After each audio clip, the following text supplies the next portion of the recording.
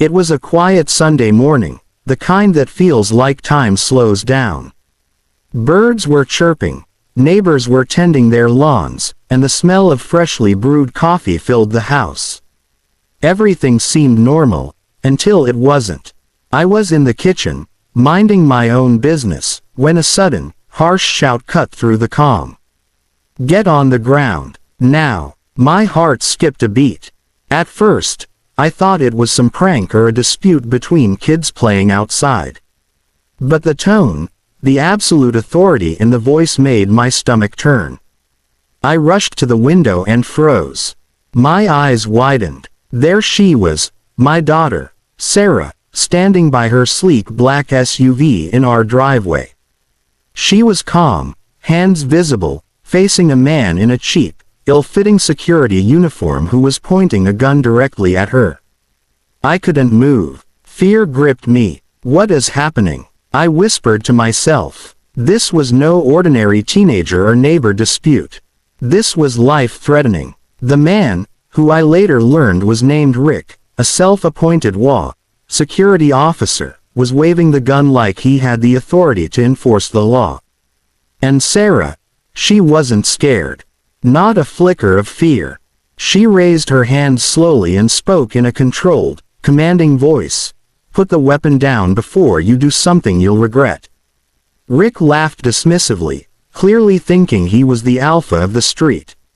"Or what? You gonna call the cops?"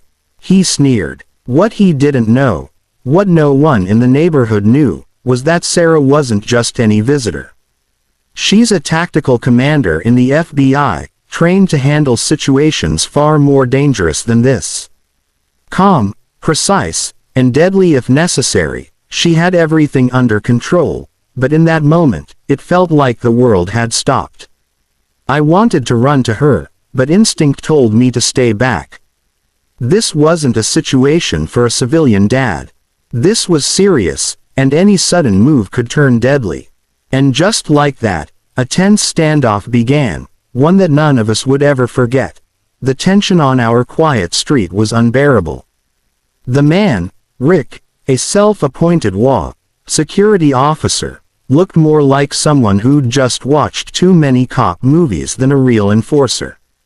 He strutted around in his ill-fitting uniform, sunglasses reflecting the morning sun, clearly believing he had authority over everyone in the neighborhood. "Show me your ID." He barked at Sarah, his gun still trained on her. Now, Sarah's calm demeanor never wavered.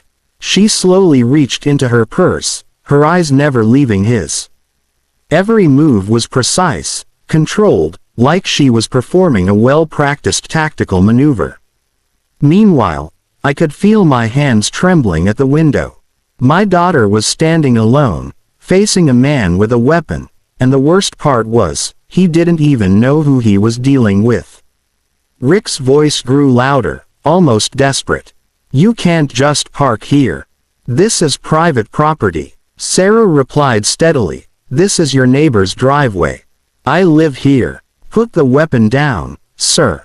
The audacity of the man left me speechless. He sneered, "Or what? You're gonna stop me?" Sarah's tone sharpened. "Last warning. Lower your firearm, now." For a brief moment, I noticed something strange. Rick's confidence faltered ever so slightly. His hands shook, his grip on the gun tightening as if he suddenly realized he might be in over his head. But he refused to back down. He wasn't just a man with a gun, he was a man addicted to the illusion of control.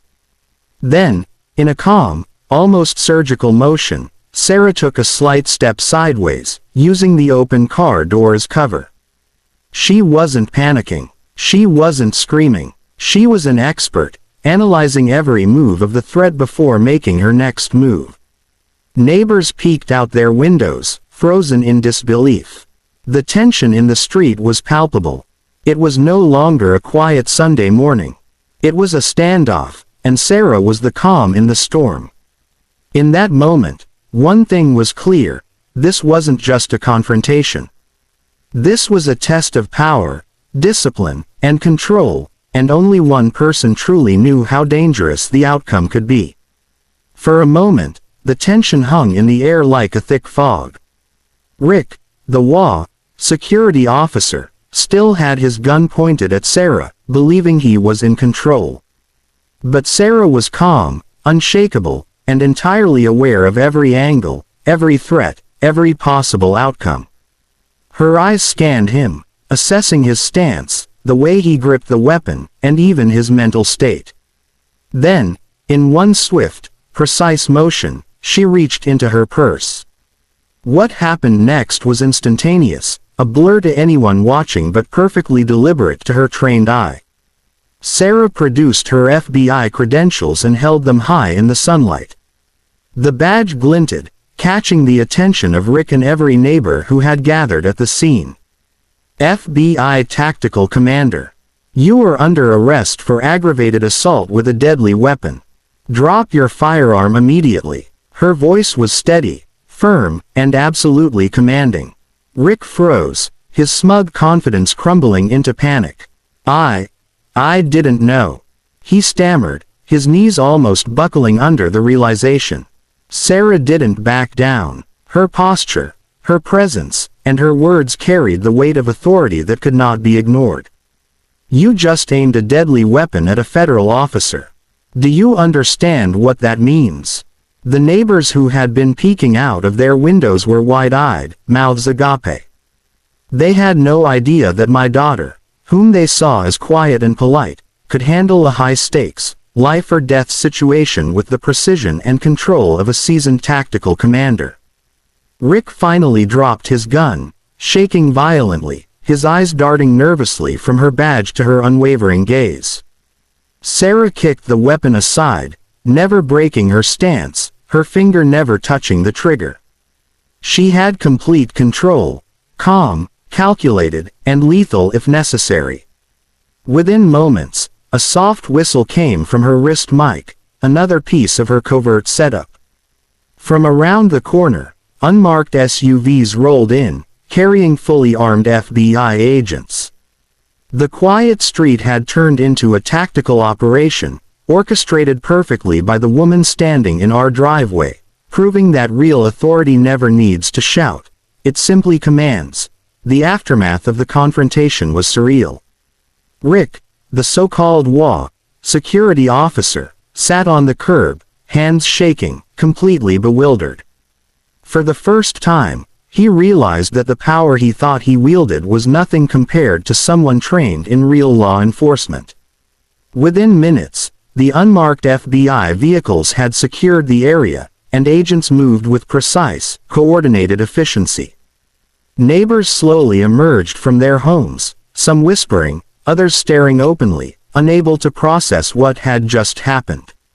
Sarah walked calmly toward me, her expression composed yet serious. Dad, she said softly, you okay? I could barely speak. I'm fine. You're the one who almost had a gun pointed at you. She gave me a faint smile. I've been in worse situations. Remember, fear doesn't control me. Control does. Rick was immediately detained. It turned out that he had been carrying an unlicensed firearm and had no legal authority whatsoever. The HOA had hired him informally, thinking a flashy uniform and a badge made him qualified to enforce neighborhood laws. What they didn't realize was that in one split second, that same man could have committed a federal crime with life-altering consequences. By the evening, news of the incident spread through the neighborhood like wildfire. People shared stories and videos of the standoff, most in disbelief that Sarah, quiet, unassuming Sarah, was the one who had single-handedly diffused a dangerous situation. The HOA called an emergency meeting that night. Rick was permanently banned from the community, and federal charges were filed. Neighbors who once doubted the legitimacy of any security presence suddenly realized the danger of untrained individuals carrying firearms. As I watched Sarah prepare to leave, I understood something important. Power, authority, and respect aren't earned by brandishing a gun. They're earned through discipline, skill, and control. And my daughter, in one decisive moment, had shown everyone exactly what that meant. The morning after the standoff, the neighborhood was buzzing. People peeked out their windows, whispered in their yards, and shared their astonishment at what had happened. Sarah, ever composed, was already packing her things to return to duty. But before she left, a few neighbors approached her cautiously, still processing the shock. "We had no idea you were law enforcement," one neighbor admitted, eyes wide. Sarah smiled politely. "That's the point. You never know who someone really is. Always treat others with respect." Her words hit me like a lightning bolt. This wasn't just about a gun, or an overconfident law officer, or even the standoff itself. It was about the illusion of power versus real authority. Rick had believed his uniform and gun made him untouchable, but true control doesn't come from intimidation. It comes from discipline, knowledge, and the ability to stay calm under pressure. As she hugged me goodbye, she whispered, "Dad, remember this. People like Rick think fear gives them power. But real power comes from control. Control of yourself first, then control of the situation." And just like that, she was gone, leaving the neighborhood forever changed. The WA hired legitimate security professionals, and Rick became a cautionary tale about arrogance and overstepping boundaries. The street that had once been quiet, ordinary, and predictable now carried a story that would be told for years. A story about courage, skill, and the quiet hero standing in plain sight. Watching Sarah drive away, I realized something profound. Heroism doesn't always come with sirens or flashing lights. Sometimes, it's silent, precise, and completely invisible until the moment it matters most. And that Sunday morning, in our own driveway, my daughter showed an entire neighborhood the difference between fear and real authority, leaving a lesson none of us would ever forget.